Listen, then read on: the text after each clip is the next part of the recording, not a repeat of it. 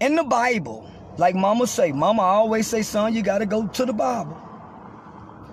Job was minding his own motherfucking business. And Satan was being Satan, seeking and roaming to devour whomever on the land. And one day God said, say, what's up, Satan? What you doing? Satan told God, nigga, seeking to devour whom I may ever. Now God and Satan having this conversation.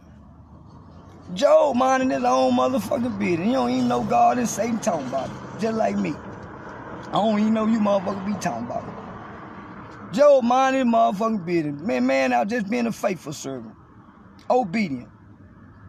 God tells Satan, well, shit, man, why you roaming the land looking for a fight, nigga? Shit. What about my nigga Job? Satan say, man, nigga, you just talking. Nigga, you gonna let me get your best nigga? And God say, yeah, nigga, out there, man, my nigga ain't no punk. Nigga. Satan said, nigga, you lying. Nigga, you ain't gonna let me fuck with Job. God told Satan, you can do everything to Job, nigga, but kill him. That's how tough my nigga is. I'm on damn near take my hands off of him and let you have him, nigga. That's how bad I know my nigga is. So Satan and God made a deal. Job don't know what the fuck going on. All of a sudden, Job go to going through shit, catching famines, and got all kind of shit go to happening to Job. Now, Job had a weak bitch. And I said, excuse my language, Job had a weak woman. Every Job go to losing every motherfucking thing. His woman say, God damn, baby, shit, man, we done lost son and died, and we done went broke, we done lost the hair, we can't eat, man, God, why don't you just curse God and die, man, so this shit can stop. Job ain't never disrespected his woman, tell her, bitch, you go back, matter of fact, bitch, you get on back to your mama house, go over there with Miss Shirley, bitch, and I'm gonna go. So Job had to get the hoe out of his ear. And Job went through what he went through. And Job never cursed God. Boy, Job never cursed God. Now, he cursed the bitch. He ain't never cursed that hoe. Bitch, go on to your mama's house. Ho, let me figure this out. Job never cursed God. And Satan was defeated. He saw he couldn't shake Job. So however you want to apply the story to whomever, however, whenever, in today's time, them time. The moral of the story is, them Peckerwoods, the devils, Satan, Lucifer, Jezebel can't now motherfucker do a motherfucking thing to me without going to get God's permission. They got to go say, God, let me get that little big mouth motherfucker. God, let me hit him. Why you think my eye ain't been black? Why you think my mouth ain't been punched in? Motherfucker can't touch me. Man, I'm untouchable. You goddamn right, boy, when you're a child of God, and he done called you to do what I done, been all around the country, done infiltrated governments, You got to be a bad motherfucker. I flew around the country with no ID, warrants, driving through these little bitty country towns on a suspended license, pulling up at the police department, smoking weed, smelling like weed, jumping out, weed still putting the man, you got to be. You got to be. So they can't do nothing to me. They got to go to God. Everybody got to bow and submit and go to God. Can't do a motherfucking thing to me, Jack. Yeah. Boldness. The Bible says boldness. That's why I'm so it's boldness. He that is in me. Mama say the same spirit, son. That same spirit, when they say Jesus got out there and walked on water, Peter took his eyes off of him. That's why he sunk. Peter didn't have the faith that he can think, I believe I can walk on water. That's why they trying to say I'm crazy, because they know what I am. Every great they tried to do like they doing me. Cat Williams went to doing stand-up comedy, talking about how the drugs done his son. Look what they did to Cat Williams. They trying to do it to me. And they put stuff in the reports to try to brainwash you, to say, hold on, man, let me show y'all something. They found this in my car. the role of armed self-defense and armed struggle in 2 key periods of the Black liberation movement. This is deeper than what y'all know. This is deeper than a broken tail light and just a big mouth nigga. They found this. They know they have given me some knowledge to train my people. They paid for my gun license. They paid for my gun license. So this is deep. This is deep. So look what they send my patient safety plan as. Temporarily store all guns with a friend, relative, gun shop, or storage facility. Strip me of my gun rights. Or ask someone to hold on to keys to my gun lock safe. Get rid of pills I don't need, but they give me pills. Keep only quantities that are not dangerous. A doctor or pharmacist can advise. Ask yourself, what are my triggers? So now they done give me some triggers. Bad life events. Feeling angry. Every black person in America should be angry for the condition we done lived in for all this time. And the injustices that we continue to see and suffer, like Botham Jean, Dacian Steptoe. What are my triggers or warning signs a crisis is developing? So look what they put in here. Bad life events, feeling angry, wanting revenge, feeling anxious, agitated, feeling stressed, overwhelmed, feeling down, sad, arguments, breakups, drinking, or using drugs. And everybody who knows me knows I do not drink at all. So ask yourself what healthy actions. Talk to someone I trust. Go for a walk, exercise, do a hobby, favorite activity, listen to some music, watch a movie, do something nice for someone else, my family and friends, my health, and my other life purposes. I do that every day before they fill me up with drugs.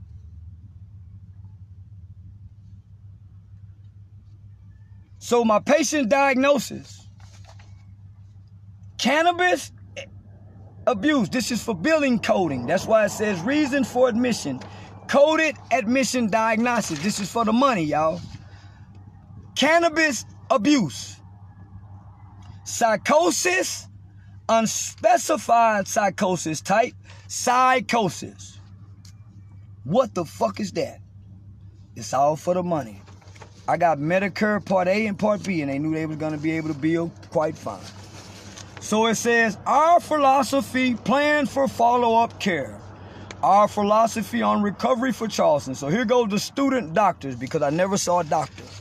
Here go the guys in school that's playing doctor.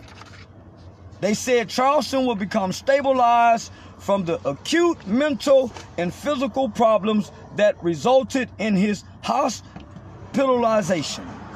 Boy, that's some weird shit, isn't it? Charleston will return to the non-acute setting with hope, skills, and stability to pursue individualized recovery. But yet I used to train law enforcement agencies up to the federal government of the U.S. Department of Homeland Security. Charleston will have a greater understanding of how mental illness affects self and others. Now that they have made me an expert to show that how they are violating mental health patient rights, disability rights, and just overall patient rights. Charleston will be engaged in a continued, this is for the more money, y'all. Charleston will be engaged in a continued recovery process for greater success in life. Now, keep in mind, the mental health people didn't come get me. The police came in and admitted me into the hospital with no way for me to confront the allegations. Now, think about that. I was arrested for a traffic stop, the same traffic stop that Sandra Bland was arrested for, not using a turn signal within 100 feet and a broken tail light. And then, after making a comment about Sandra Bland, I was pulled from the from the jail, and quoted before I even stepped out of the cell under the Sandra Bland, under the SB Act 1849. And I said, what the fuck is that? They said the Sandra Bland Act.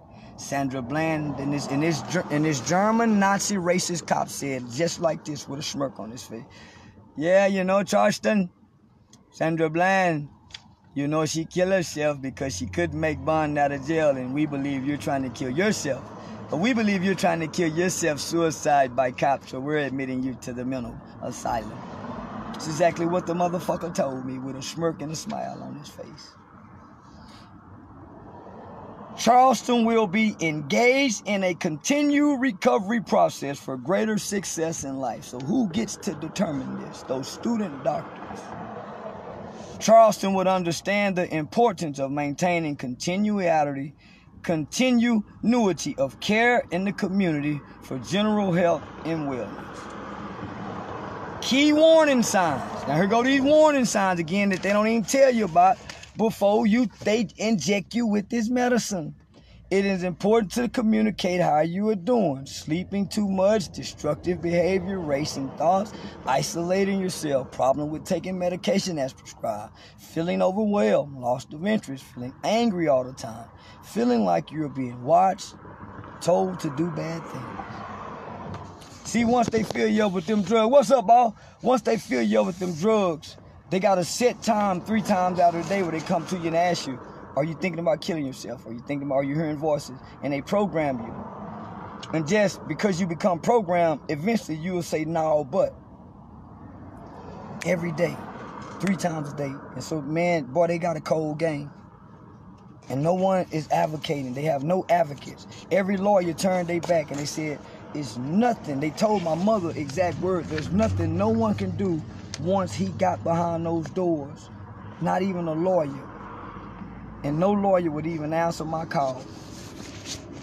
Say, man, and they say they forward. They got to be. My mama ready to pay.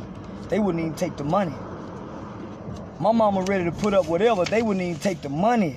They buy out. Every black had to do this right here.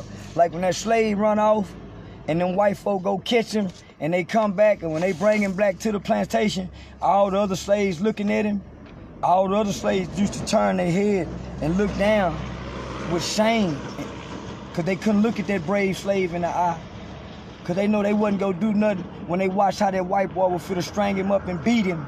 So them white boys strung me up. Boy, they strung me up, man. I was trying to be strong, y'all. They strung me up, tied my hand, snatched off my shirt. They snatched off my shirt. Boy, they took my clothes off. They did me just like they did that nigga. They did me just like they did that nigga. They had me hanging. They had me hanging. And then all them other niggas were watching. They did me just like they did Kunta, boy, and they would hit me with that whip. Pow! And I was saying, Kunta. And they would hit me. Pow! Kunta! Pow! Kunta! Pow! Kunta! And they would hit me. Pow! Kunta. Pow! Kunta. Kunta. Pow! Toby. What you say, boy? Toby, I take the medicine. I take the medicine.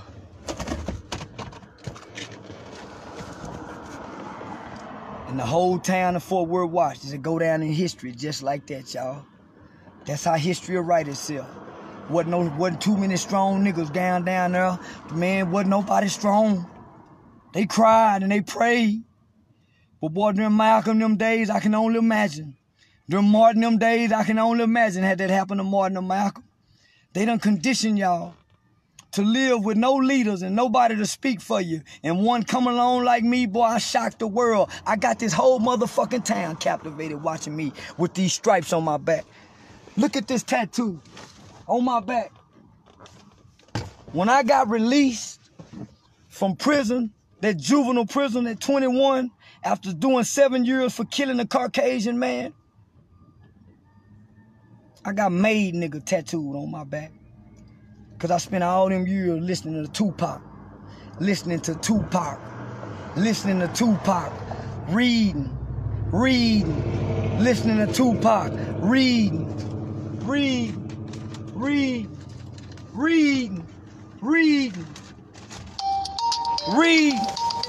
I got a wealth of knowledge. Reading, listening to Tupac. Reading, they locked me in cells. Ask Mr. Davis. And I read a book about a man named Eroy Brown. When I was a baby, I read a book about a man named Eroy Brown. Don't nobody know where Eroy Brown is. But I read a book about this man, and every young boy needs to know about Eroy Brown. Every young boy needs to know about Eroy Brown. They were gonna make a movie about Eroy Brown, but Texas said they better not. Eroy Brown was a Texas inmate in the Texas prison system back in the 60s, 70s or something, around that time. And he worked in the warehouse where they sold tires down on this prison. And goddamn me, Eroy was getting ready to get out. And the old coon boy, Sambo type ass nigga, go tell the Peckerwood white boys that Eroy Brown say if they don't vote favor for him on parole, he go tell the Peckerwoods how they been stealing money and fucking off the books.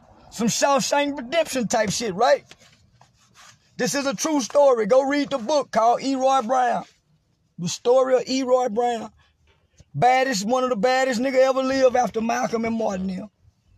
So goddamn me, the warden them used to kill niggas in this prison. The warden and the captain and the mason them used to take niggas down by the creek in the lake and go down there and drown niggas and kill them. Say they tried to escape.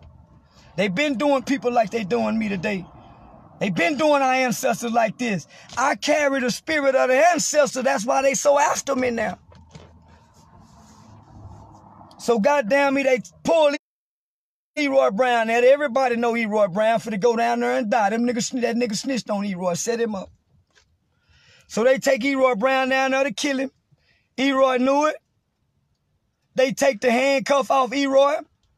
Goddamn Eroy Brown, the ancestor, the spirit of God, and his will to live. And his will to live and to defend his life, his God-given right to live. Eroy Brown had to kill the warden and the major. He drowned one of them. They took him down there to kill him, and they took one handcuff off to make it look like he was gonna try to escape. So he ended up drowning one of them, killing him, getting a gun and killing the other one. And Eroy Brown stayed down there. And they would go kill Eroy Brown. I read the book.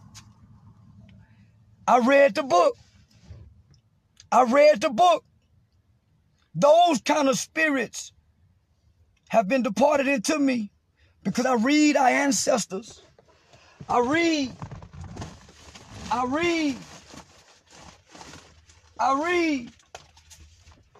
I ain't making it to the front page of They messing with the video now.